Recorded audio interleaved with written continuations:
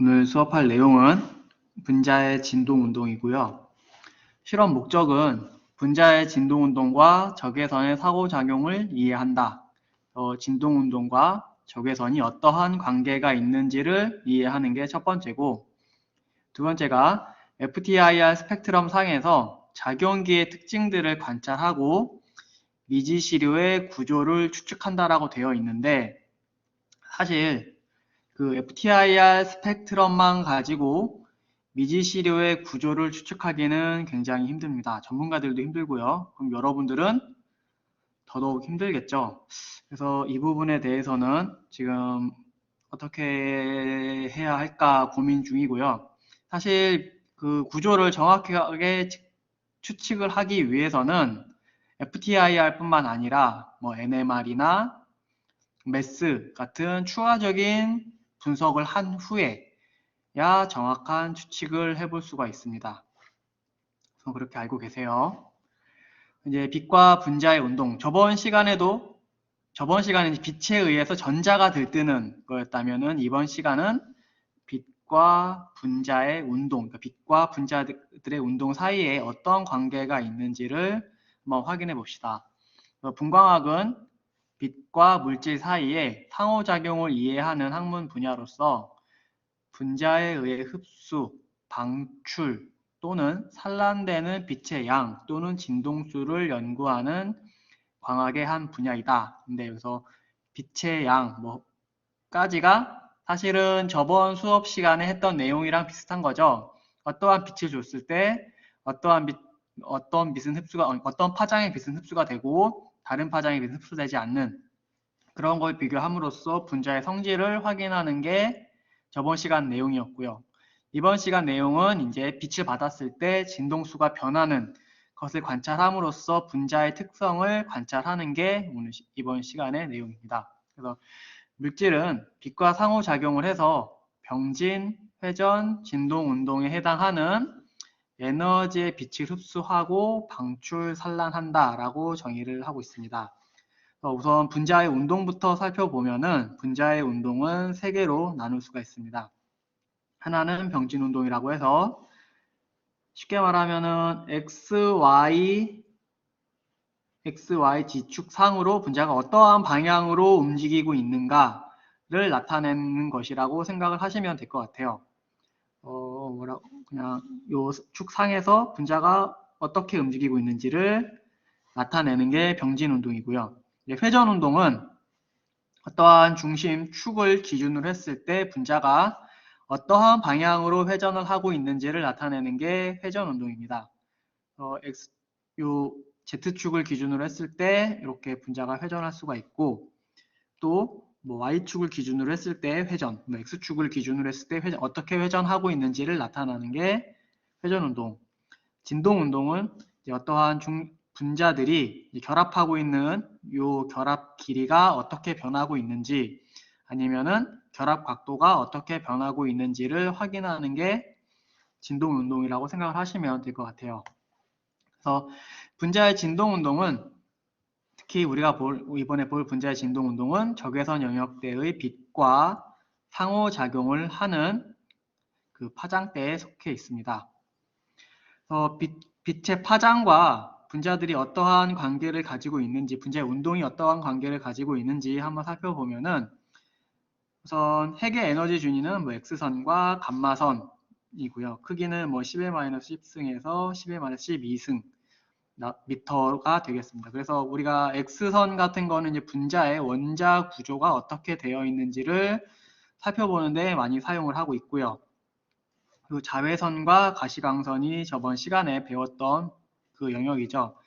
0.5 곱하기 10의-6승에서 10의-8승까지를 이제 이 영역에 속하고 분자의 크기로는 분자의 크기나 좀 커다란 분자나 박테리아 정도의 크기가 되겠습니다. 그리고 이러한 파장은 이제 파이 전자나 원자가 전자를 들뜨게 하는데 사용하는 에너지의 준위와 비슷하다고 할 수가 있습니다. 그리고 오늘 수업할 내용이 이제 분자의 진동 운동인데요. 분자의 진동 운동은 적외선 영역에 속하고요. 한 10의-6승 정도에 속하는 파장이라고 생각을 하시면 될 것 같아요. 그리고 이거보다 좀 파장이 큰 경우는 마이크로파라고 해서 한 10-2승 정도 되고요. 회전 운동을 관여하는 빛의 영역이라고 생각을 하시면 될 것 같습니다. 그리고 가장 큰 이제 파장인 라디오파는 뭐 10-3승이면 이제 1000m까지도 파장이 될 수도 있는 거죠. 그리고 양성자 스핀, 그래서 스핀 업다운을 바꿔줄 때 사용하는 그러한 파장이라고 생각을 하셔도 크게 무리는 없을 것 같아요.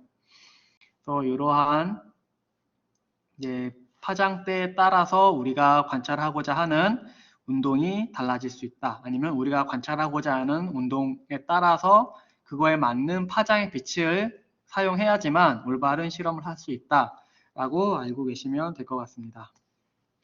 네, 분자의 진동 운동을 이제 살펴보면은 분자의 진동 운동 가장 쉬운 이원자 분자를 예를 들었을 때 이원자 분자들의 진동 용수철 세기와 두 원자들의 질량 사이의 질량에 의존하는 진동수를 가지고 평형 결합 주위로 진동한다라고 정의를 할 수 있는데 사실 이 그림이 좀 틀린 게 있죠. 좀 이상하죠.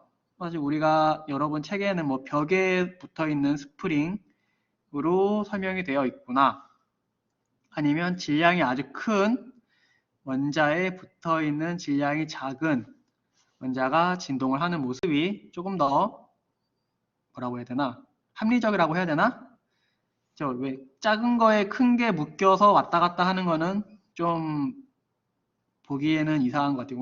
제가 볼 때는 가져온 데서는 이게 진동하는 걸 강조하기 위해 이렇게 그림을 그려놓은 것 같은데 사실은 반대라고 생각을 하시면 돼요. 이 붉은색으로 되어 있는 게 질량이 훨씬 크고 녹색 공이 질량이 훨씬 작은 이러한 분자가 진동을 하고 있다고 생각을 하시면 될 것 같습니다.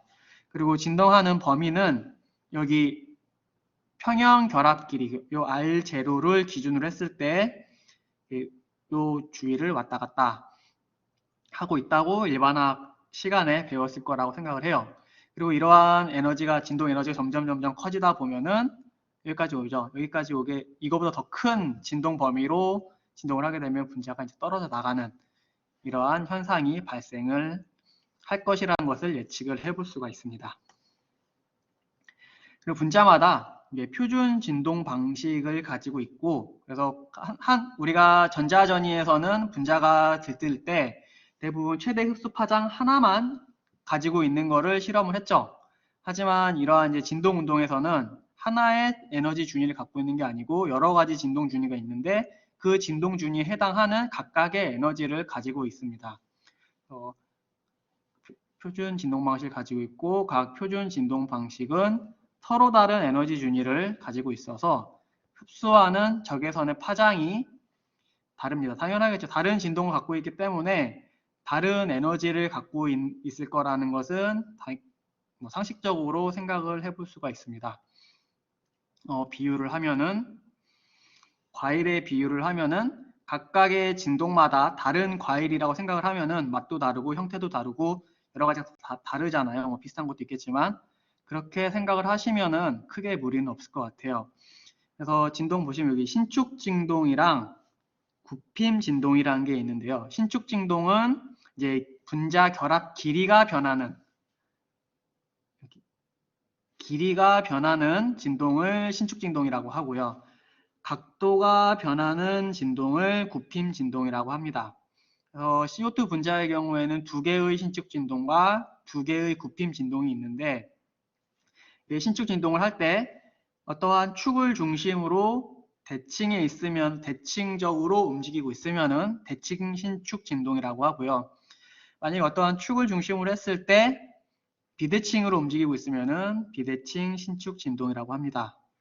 그리고 굽힘 진동의 경우에도 이제 굽힘 진동은 CO2의 경우는 하나의 종류밖에 없어요. 두 개로 표시되어 있지만 지금 보시면 에너지가 같은 것을 확인을 할 수가 있어요. 그래서 하나는 이게 어떠한 의미냐면은 XY 평면에서 각도가 변하는 진동 운동을 하는 게 하나가 있고 그리고 YZ 평면에서 똑같은 모양으로 진동을 하는 진동 운동이 있기 때문에 굽힘 진동 똑같이 표시를 해놨고 에너지도 똑같습니다. 근데 왔다 갔다 하는 평면이 다른 거예요. 얘는 이렇게 평면이 되는 거고 얘는 이런 식으로 평면이 되게 되어 있는 곳에서 진동을 하고 있다고 생각을 하시면 될 것 같습니다.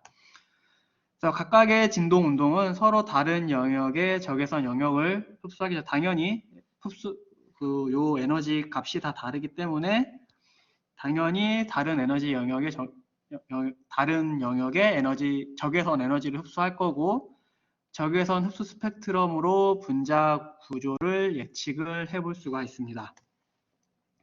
이렇게 CO2를 이제 분자 진동 운동을 이렇게 모션으로 나타내 보면은 다음과 같이 진동을 하는 것을 확인을 할 수가 있고 스펙트럼을 찍으면은 분자의 진동 운동에 해당하는 에너지 영역에서 적외선 흡수가 있는 것도 확인을 할 수가 있습니다. 그래서 보시면 첫 번째와 두 번째는 굽힘 진동이죠. 각도가 변하는 진동이고 똑같은 진동이 다른 축에서 일어나고 있는 것이기 때문에 그냥 하나의 픽으로 나오는 것을 확인을 할 수가 있고요. 또 다른 하나는 이제 길이가 변하는 비대칭 신축 진동의 영역에서 스펙트럼이 하나 있는 것을 확인을 할 수가 있습니다. 하지만 우리가 요 대칭 신축 진동에 대한 픽은 발견을 할 수가 없는데요. 그 이유는 뒷부분에서 다시 설명을 드릴게요. CO2 같은 경우에는 IR 스펙트럼을 찍으면은 두 군데서 픽이 스펙트럼이 나오는 것을 스펙트럼으로 확인을 할 수가 있습니다. 그러면 진동 운동의 측정 조건, 왜 어떤 진동은 IR 스펙트럼으로 확인이 가능하고 다른 어떤 스펙트럼은 IR 스펙트럼으로 확인을 할 수가 없는지를 생각을 해보죠. 진동 운동의 측정 조건은 분자의 모든 진동 운동을 적외선 분광법을 이용을 해서 측정을 할 수 있는 것은 아닙니다. 그 적외선 분광법을 이용을 해서 측정하기 위해서는 분자들이 진동을 할 때 특정한 조건을 만족시켜야만 분자의 진동 운동을 IR 스펙트럼으로 확인을 할 수가 있습니다. 그 분자가 적외선을 흡수해야 하면 이건 당연한 거겠죠. 어쨌든 적외선을 흡수를 해야 흡수된 적외선의 양이 측정이 될 거니까 진동 운동을 하는 동안 분자 내의 R자 쌍극자 모멘트가 변하는 그러한 진동 운동에 대해서만 IR 스펙트럼을, 그러니까 적외선 스펙트럼을 확인을 할 수가 있습니다. 쌍극자 모멘트의 변화량은 진동하고 있는 원자들 사이의 거리가 짧을수록 또 부분 전하의 차이가 클수록 강한 적외선 흡수가 관찰된다라고 되어 있는데 사실 이 부분은 크게 중요한 것 같진 않아요. 왜냐하면 우리는 적외선이 세냐 작으냐를 확인하고 싶은 게 아니고 어떠한 적외선을 흡수하고 이 분자가 어떠한 구조를 또는 어떠한 작용기를 가지고 있는가를 확인하고 싶은 거기 때문에 사실 이 부분은 크게 중요한 것 같진 않습니다. 그러면 요 R자 쌍극자 모멘트가 변해야 한다는 게 어떠한 의미인지를 한번 살펴보면은 여기 진동하고 있지 않는 CO2 분자를 1번이라고 합시다. 1번에서는 당연히 쌍극자 모멘트가 0이겠죠. 왜냐면은 여기가 시그마 마이너스고 탄소가 시그마 플러스로 있을 거니까. 그러니까 분자 자체로는 무극성이지만, 그러니까 분자 자체로는 중성 분자이지만 각각의 전기 음성도 차이에 의해서 분극 현상이 발생하게 되고 산소는 전기 음성도가 더 크기 때문에 원래의 산소 분자보다 전자가 더 많은 상태가 될 거니까 시그마 마이너스 탄소는 양쪽의 산소에 전자를 더 뺏긴 것 같은 효과가 발생할 거기 때문에 시그마 플러스로 표현을 해주고 이제 쌍극자 모멘트는 플러스에서 마이너스로 가는 방향으로 표시를 해주니까 이렇게 표시를 해줄 수가 있겠죠. 양쪽으로. 그리고 이 쌍극자 모멘트는 벡터로 가정을 할 수 있으니까 양쪽에 똑같은 산소 분자가 있고 중간에 탄소 분자가 있으니까 쌍극자 모멘트는 방향은 다르고 정확히 말하면 방향이 정반대이고 크기는 같으니까 요 쌍극자 모멘트 값은 0이라고 표현을 해줄 수가 있습니다. 그리고 대칭 신축 진동의 경우에도 이게 늘어날 때 같이 늘어나고, 그러니까 늘어날 때 같이 늘어나고, 줄어들 때 같이 줄어드는 형태의 진동을 할 거기 때문에 얘도 마찬가지로 방향은 반대고 크기는 같은 쌍극자 모멘트가 생성이 될 거고 R자 쌍극자 모멘트는 0이 될 거예요. 그러니까 이 회색으로 표현되어 있는 부분이 이제 진동을 하지 않는 그 이산화탄소에서 원자가 있는 자리입니다. 그렇게 생각하시면 돼요. 그리고 이제 비대칭 신축 진동을 살펴보면은 비대칭 신축 진동은 O와 O는 같은 방향으로 움직이고 있습니다. 같은 방향으로 움직이고 있고 이제 이 탄소가 어느 한쪽 방향으로 움직이게 되는 거죠. 그래서 O는 뭐 O와 두 개의 산소 원자가 뭐 왼쪽으로 갈 때나 오른쪽으로 갈 때나 똑같은 크기로 똑같은 방향으로 움직이고 있기 때문에 탄소의 위치에 따라서 이제 쌍극자 모멘트가 달라지게 될 거예요. 예를 들어 이 그림을 살펴보면은 왼쪽은 짧은 형태가 될 거고 오른쪽은 좀 큰 쌍극자 모멘트를 형성을 하게 될 겁니다. 그러면 두 개의 벡터가 방향은 다르지만 방향도 다르고 크기도 다르죠. 이번에는 앞에서 적외선 비환성일 경우에는 벡터의 방향이 그러니까 이 벡터의 방향이 1이라고 합시다. 1일 때 방향은 하나는 마이너스 1 플러스 1이 되는 거죠. 그래서 더하면은 0이 됐는데 이번에는 물론 방향은 여전히 달라요. 근데 한쪽은 0.5, 한쪽은 1.5인 것처럼 되니까 두 개의 합은 0이 아니고 이제 1이란 값이 나올 수 있는 거죠. 그래서 R자 쌍극자 모멘트는 0이 아니고 적외선 스펙트럼으로 우리가 이 진동은 확인을 할 수가 있습니다. 그리고 굽힘 진동에 대해서도 한번 다시 살펴보면은 이번에는 이제 각도가 이렇게 변하는 그러한 진동이잖아요. 그러면 이 각도가 변했을 때의 기준에서 살펴보면은 벡터량이 이렇게 되는 거죠. 그리고 이걸 두 개의 성분으로 x, y 성분으로 나누면은 이렇게 표현을 해줄 수가 있습니다.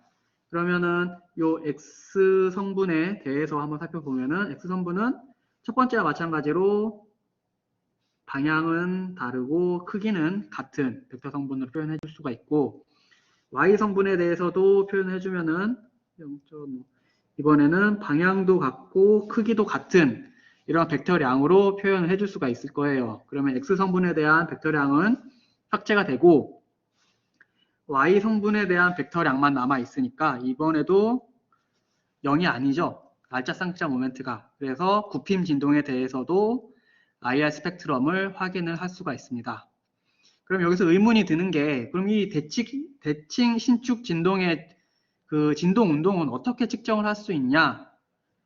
이런 대칭 신축 진동 같은 경우에는 IR 스펙트럼이 아니라 라만 스펙트럼을 통해서 확인을 할 수가 있습니다. 뭐 라만 스펙트럼은 이제 폴라리제이션이 변화가 되면은 라만 스펙트럼을 측정할 수 있다라고 정의가 되어 있고 요 라만 같은 경우에는 그 폴라리제이션이 텐서라는 말이 그리고 복잡한 거 여러분은 안 배웠으니까 하지 말고 그냥 분자의 크기가 변하는 진동 운동은 측정할 수 있다라고만 지금 알고 계시면 될 것 같아요.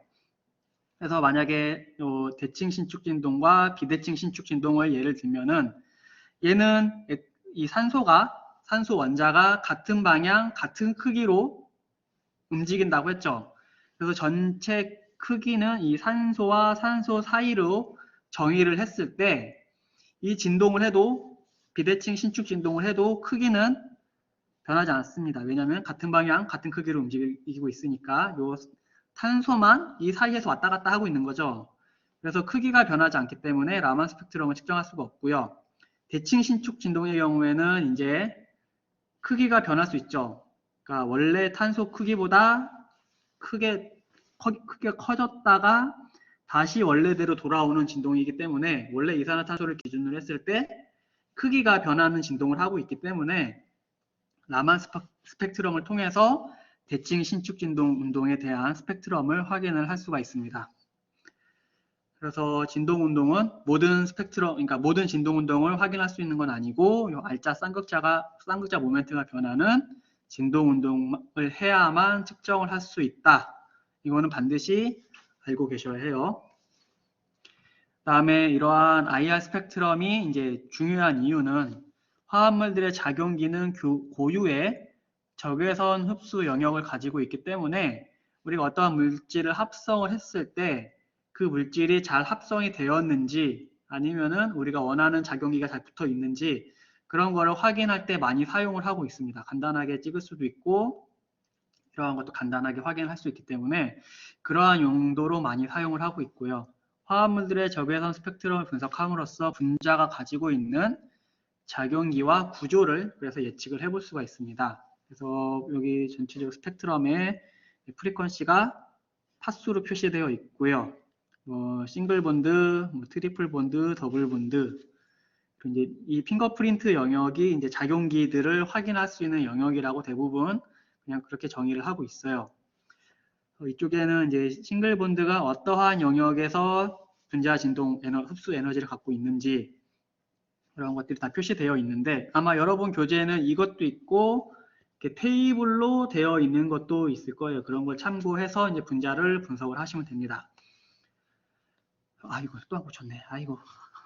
에탄올을 살펴보면은 이제 에탄올은 이렇게 3,100 전후로 해서 피기 시작을 해서 3,600, 3,700까지 IR 스펙트럼 영역에 있는 OH가 있는 것을 확인을 할 수가 있고요. 3,000에서 2,800까지가 이제 sp3, 그러니까 CH가 있는데 C가 어떠한 4개의 다른 분자와 결합하고 있는 총 4개의 결합을 다른 분자와 하고 있을 때의 이제 진동 에너지. 그리고 CH3 밴드 이제 굽힘 진동이라고 생각을 하시면 돼요. 굽힘 진동을 요 영역에서 하고 있고, 뭐 CO는 요 영역에서 진동을 하고 있다. 그렇게 생각을 하시면 되고, 이걸 합쳐서 이렇게 뭐 이런 분자다라고 설명이 되어 있는데, 사실은 이게 아마 여러분들, 저도 힘들지만 여러분들한테도 쉽지 않을 거예요. 왜냐면 결과를 알고 이걸 보면 이런 문제가 되겠구나 하겠지만 이게 뭔지 모르는 상태에서 진동 모드만 보고 이게 어떠한 분자인지를 추측하기에는 상당히 정보도 부족하고 굉장히 어렵습니다. 그래서 사실 이번 실험은 제가 좋아하지 않는 게 여러분에게 제공하는 정보만으로는 결과 처리하기가 쉽지가 않아요. 그래서 그걸 감안해서 결과 처리 보고서를 채점을 할 거니까 그런 거 걱정 안 하셔도 되고요. 여기서도 마찬가지로 CH3 요 영역에서 똑같이 앞에 에탄올과 마찬가지로 요 영역에 또 똑같이 있죠. 그러니까 이러한 이유 때문에 우리가 작용기나 어떠한 구조를 예측해 볼 수 있는 게 됩니다. 똑같은 영역에 똑같은 진동이 확인이 돼요. 그리고 NO2는 이제 NO가 이중결합인 경우, NO가 단일결합인 경우가 있는데 여기 보시면 이렇게 NO2에 대한 게 있고 여기 어딨냐? NO 이중결합 NO가 어디 있냐? 어딨지?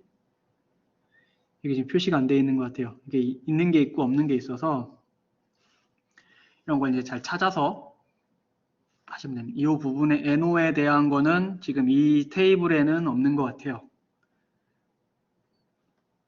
그러니까 이런 거를 잘 찾아서 이제 구조를 찾으시면 됩니다.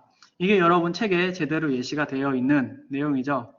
이 내용을 보면은 제가 색깔별로 이미 여러분 책에 있는 색깔이 이렇게 되어 있는데 여러분들에게 제공된 테이블에서 제가 다시 찾아서 색깔을 마킹을 해서 여러분들 보기 좋게 만들어 놨습니다.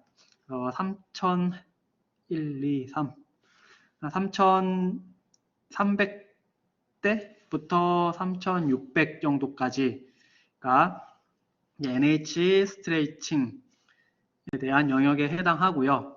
그 다음에 sp2 이번에는 C가 어떠한 더블 본드를 갖고 있는 상태에서 H와 붙어 있을 때의 진동 운동이죠. 3000에서 한 3300 3000에서 3300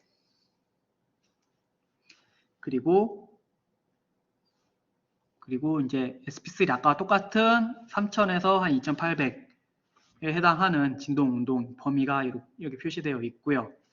CO는 여러분 책에는 케톤으로 설명이 나와 있는데 이 진동 영역을 보면은 지금 1705에서 1725거든요. 그러면 여기가 1700인데 뭔가 좀 잘못 설명이 되어 있는 것 같아요. 이 스펙트럼을 가져오신 분이 잘못 표시를 했거나, 그러니까 가져와 온 거에 대한 구조 설명을 잘못했거나, 뭔가 좀 중간에 실수가 있었던 게 아닌가라고 생각을 합니다. 사실 1680에서 1630이 더 잘 맞는 범위죠. 이 범위에 대해서. 그래서 아미드라고 생각하는 게 조금 더 옳은 판단이라고 저는 생각을 합니다. 교재를 만들 때 보고 좀 수정을 했었어야 되는데 당연히 이게 맞겠지 하고 봤는데 맞지가 않더라고요. 그리고 C 더블 본드에 대한 영역이 다시 한번 이렇게 나오고요. CN에 대해서도 다음과 같이 표시된 것을 확인을 할 수가 있습니다. 요 각각의 이제 정보들을 바탕으로 했을 때 어떠한 벤젠 링이 하나가 있고 NH2가 있고 COR이 있고 그리고 어떠한 알킬기에 붙어있는 CH3가 진동을 하고 있는 이런 형태의 분자들로 구성되어 있을 거라는 것을 생각을 해볼 수가 있습니다. 여러 가지 후보군들이 이렇게 나올 수가 있는데 사실 여기까지는 여러분들이 할 수 있는데 사실 파라라는 정보는 지금 IR 스펙트럼에서 확인을 할 수가 있긴 있는데 여러분들에게 드린 테이블에는 파라를 확인할 수 있는 데이터에 대한 내용이 없을 거예요. 그래서 그냥 결과론적으로 보면은 이렇게 다음과 같은 구조를 가지고 있는 분자가 진동에 대한 진동 스펙트럼을 확인했다. 찍어서 확인했다라는 것을 그냥 설명을 할 수가 있는데, 그러니까 이 정보를, 이 스펙트럼을 보고 여러분들이 이걸로만 구하라는 게 저는 좀 말이 안 되는 것 같아요. 여전히 아무리 생각을 해도 납득이 안 돼. NMR도 없고 뭐 매스 같은 걸로 해서 뭐 프래그먼트 패턴을 보고 어느 정도 구조를 예측해 볼 수 있는 게 아니기 때문에 저는 결과 보고서에서 이걸로 여기까지 하라고는 여러분들에게 요구할 생각은 없습니다. 그 다음에 이제 기기 이론을 설명을 해보면은 ATR 크리스탈 위에 측정하고자 하는 샘플을 올린 후 크리스탈의 굴절률에 따라서 저기에서는 빛을 샘플에 줘서 IR 스펙트럼을 측정하는 장치입니다. 이 장치의 장점은 액체, 고체, 방막, 파우더 모든 샘플을 측정이 가능하고요. 샘플 전처리 과정 없이 그냥 위에 샘플만 올리면 측정을 할 수가 있습니다. 실험 원리는 우리가 어떤 빛을 특정한 각도로 주게 되면은 전반사, 여러분 다 아시죠? 전반사. 그래서 모든 빛이 다시 반사가 돼서 나오게 됩니다. 그러면 이 위에 만약에 샘플이 있으면은 여기에 빛을 줬을 때 적외선을 흡수하는 샘플이 있을 경우에는 이 빛이 흡수되고 남은 빛만 반사가 되겠죠. 그럼 이 빛을 분석함으로써 이 샘플이 빛을 얼마나 흡수했는지 또 저번에처럼 이제 빛을 쭉 나눠서 주게 되면은 뭐 사실 그런 방법은 아니지만 이 어떠한 파장의 빛이 얼마나 흡수됐는지도 확인을 할 수가 있을 겁니다. 그래서 그러한 방법으로 우리가 실험을 진행하고 스펙트럼을 얻는다라고 알고 계시면 될 것 같아요. 실험 과정은 굉장히 간단합니다. 실험 A에서는 알고 있는 분자의 FTIR 스펙트럼을 분석을 하고요. 실험 B에서는 미지의 시료의 FTIR 스펙트럼을 분석을 하시면 됩니다. 요 FTI의 FT는 푸리에 트랜스폼이라고 해서 이게 특정한, 그러니까 아니 이건 얘기하지 맙시다. 너무 오버야. 투머치. 이제 동영상을 보면은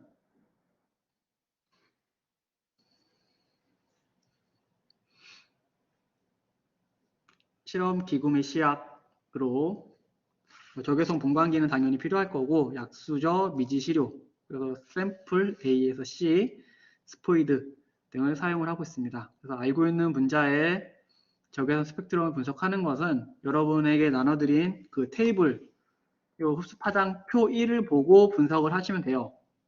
근데 아까 말했듯이 여기 보면은 각각 작용기에 대한 흡수 주파수는 있는데, 그러니까 웨이브 넘버가 있는데, 여기 뭐 파라, 오르소, 메타, 파라에 대한 정보는 알 수가 없어요. 그러니까 아까 여러분들에게 그 설명드린 것과 같이 각각의 작용기에 대한 내용을 알 수 있지만 이게 올소, 메타, 파라 어디에 붙어 있는지는 확인할 정보를 여러분들에게 드리진 않은 거죠.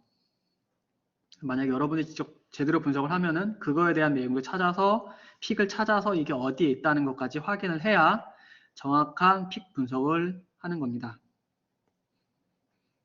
그래서 각각 이렇게 해당하는 스펙트럼 픽을 찾으면 되는데 사실 IR 스펙트럼이 좀 애매한 게 이 뒷부분 1500, 한 1300에서 500 부분도 테이블이 있는데 이 부분도 정의를 제대로 안 하고 있어요. 그 IR이 굉장히 오묘하고 복잡하고 어렵습니다. 스펙트럼 분석하기가.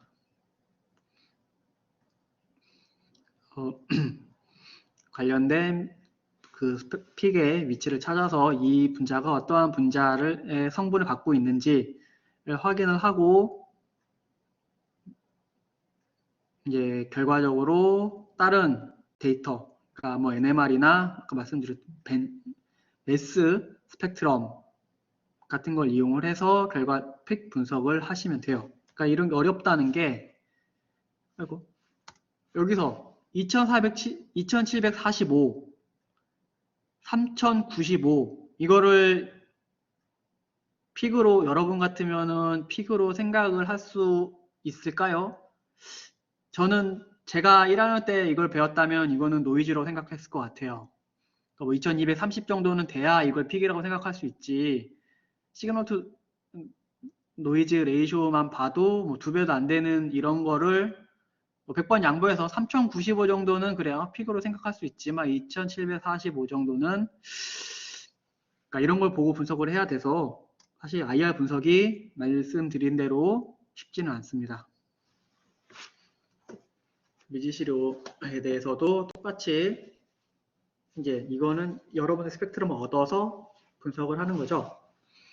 스펙트럼 얻기 위해서는 이제 적외선 분광기를 사용해야 하니까 이제 적외선 분광기를 켜고 실험을 진행을 하시면 됩니다. 뭐 메저먼트, 어드밴스드 가서 설정값을 결정을 하고 저장을 어디에 할 건지 경로를 설정을 해주면은 되겠죠. 그 다음에 다른 스펙트럼 측정 방법과 마찬가지로 백그라운드를 찍어서 우리가 사용된 한 용매의 픽을 이제 우선 조사를 하고요. 우리가 사용한 용매에 어떠한 IR 스펙트럼이 있는지 확인을 해서 이걸 빼줘야 정확한 우리가 시료의 스펙트럼을 알 수 있으니까 백그라운드를 먼저 찍어줍니다.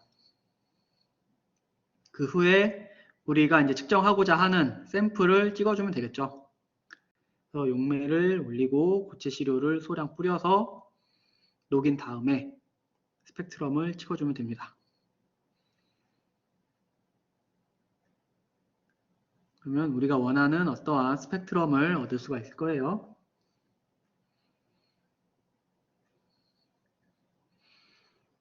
고체 시료는 그렇게 찍으면 되고 액체 시료는 액체 시료 찍듯이 여기 위에 우리가 원하는 샘플을 올리고 찍어주시면 됩니다.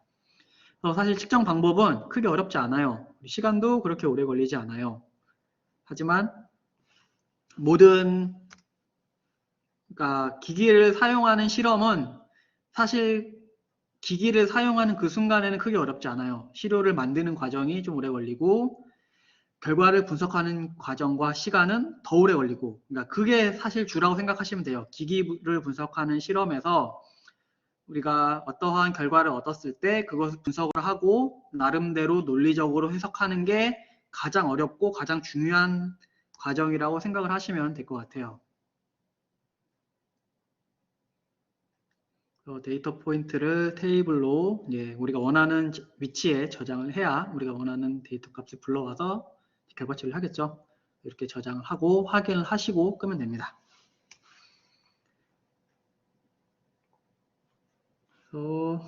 실험은 굉장히 간단해요. 그냥 다음과 같은 실험 기구를 이용을 해서 실험을 하고, 실험 A는 아까 설명드렸듯이 우리가 알고 있는 이러한 분자들의 IR 스펙트럼을 분석을 하시면 되고, 두 번째는 우리가 모르는 FTIR 시료를 스펙트럼을 찍어서 시료를 분석을 하시면 됩니다. 실험 A는 여러분들이 찾아야 할 픽의 위치를 다 표시를 해놨어요. 어느 팥수, 그러니까 웨이브 넘버를 찾아야 하는지 써놨으니까 그 테이블을 보고 어떠한 종류가 있는지를 확인을 하고 그게 어떠한 작용기로 작용을 할 수 있는지를 적어주시면 됩니다. 요걸 이름을 쓰면 되죠. 뭐 메틸기는 메틸기, 알키기는 알키기, 뭐 OH는 뭐 하이드록시기, 뭐 그렇게 써주시면 될 것 같습니다. 뭐 다른 분자에 대해서도 똑같이 이렇게 다음과 같은 영역에 해당하는 진동의 종류와 작용기를 적어주시면 되고요. 이것도 마찬가지로 점점 줄죠, 내용이. 구조는 뭐 8화로 가정한다고 했는데 구조를 다 적지 말고 그냥 가능한 구조를 한번 그려보세요. 이거는 따로 그냥 구조를 맞았냐 틀렸냐를 시점할 건 아니고 한번 어느 구조로 나올 수 있는지만 여러분들이 그려서 확인해 본 걸로 채점을 하겠습니다. 실험 B는 미지시료 스펙트럼이 있고 여기도 마찬가지로 여러분들이 파악해야 할 픽은 다 주어져 있습니다. 그리고 한번 그려보세요. 이거는 그 맞다 틀리다로 채점을 하진 않을 거예요. 앞에서 설명드렸듯이 저도 이것만 주고 하라고 하면은 사실 할 수 있을까? 잘 모르겠는데 그걸 여러분들에게, 그러니까 제가 할 수 있을지 없을지 정확히 모르는 거를 여러분들에게 시키는 거는 논리적으로 맞지 않겠죠. 그냥 한번 그려보는 걸로 마무리를 하죠. 그게 맞는 판단인 것 같아요. 이것도 마찬가지로 이렇게. 이것도 좀 맞네? 그래서 그려보고 가능한 구조가 어떤 게 있는지 생각해 보세요. 몇 개 맞지? 3개인데? 하나, 둘, 셋. 3개 맞구나. 이렇게 해보시면 될 것 같고, 토의는 우리가 지금 앞에서 라만에 대해서 살짝 얘기를 했는데 라만 분광법이 뭔지 한번 찾아보세요. 그렇게 어렵진 않을 거예요. 근데 지금까지 여러분들이 배웠던 분광법에 대한 내용과는 뭔가 좀 다른 분광법인 것을 확인을 할 수가 있습니다. 여러분 일반학 책에도 나와 있으니까 그걸 참고하셔도 되고, 뭐 인터넷 찾아보면 라마 분광법 굉장히 많이 나오고 있으니까 그걸 참고해서 적어주시면 되고요.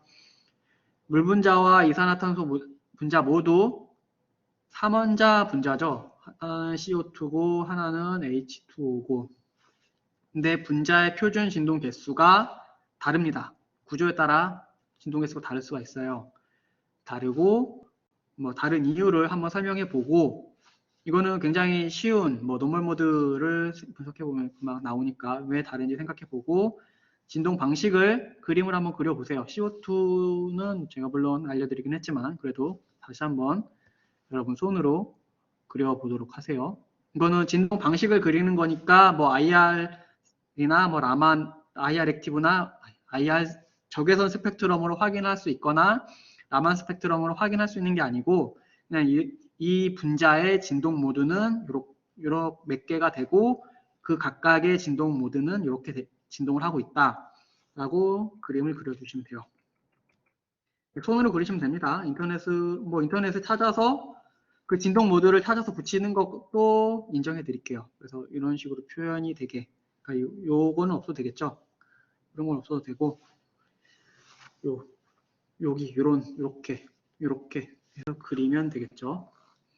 인터넷 찾으면 아마 가장 일반적인 설명이 CO2와 H2로 되어 있기 때문에 찾아서 결과 내가 그린 건데 보고서를 쓰는데 그렇게 어렵지 않을 거라고 생각합니다.